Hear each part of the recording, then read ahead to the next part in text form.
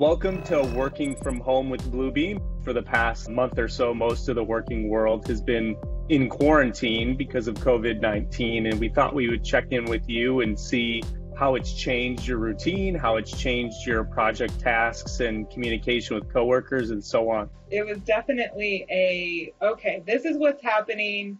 Let's have a quick, brainstorm on how we're going to handle it. And then Mr. Davy walked out and had a conversation with the whole office and just talk to them about what was going on.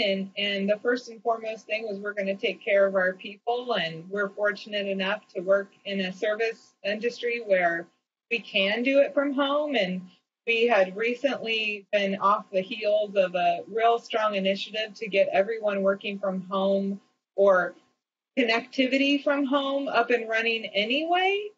So it was almost like, we had kind of that crystal ball a little bit, and we were kind of ready for it. How has your working from home routine sort of crystallized over the last several weeks? Do you try and do the same thing you did when you were going to work every day, or are you just rolling out of bed and pulling up the laptop while you eat breakfast? What's your routine like? I love the fact that you think it's crystallized. um, It is not at all crystallized. Let me just put that out there right now. Today, what did it look like? Today was not getting up as early as I would like to, honestly. There's a little bit of, I think I've noticed my work schedule has shifted from sort of the earlier part of the day, like traditional and end at 5, to now it just kind of lingers out much beyond 5 because there's a lot of family time that kind of has to happen in there. Lunch is now more of a maybe European style lunch where it's a little longer, and dinner exists in there, and then it's a little more back to work. And really my goal is to just try to carve out consecutive work hours.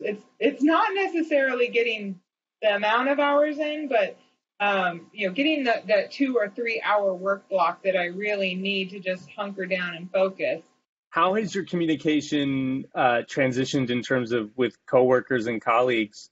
Are you using different tools? Or are you instituting different practices to try and be intentional about communicating because you don't have any spontaneous face-to-face interaction like you may on a given workday in the office?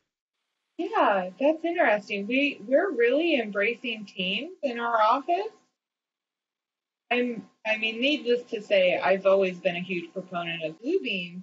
So sessions and projects and using those kind of cloud-based tools with Bluebeam, I've done for years, many years at this point. But Teams has been a really good way of communicating and sharing collaboratively in the office. And I think now we're, like you say, like the 3 weeks, people are starting to kind of get accustomed to it, and we're more used to seeing ourselves in the bottom right-hand corner of the screen, reflected our little picture there.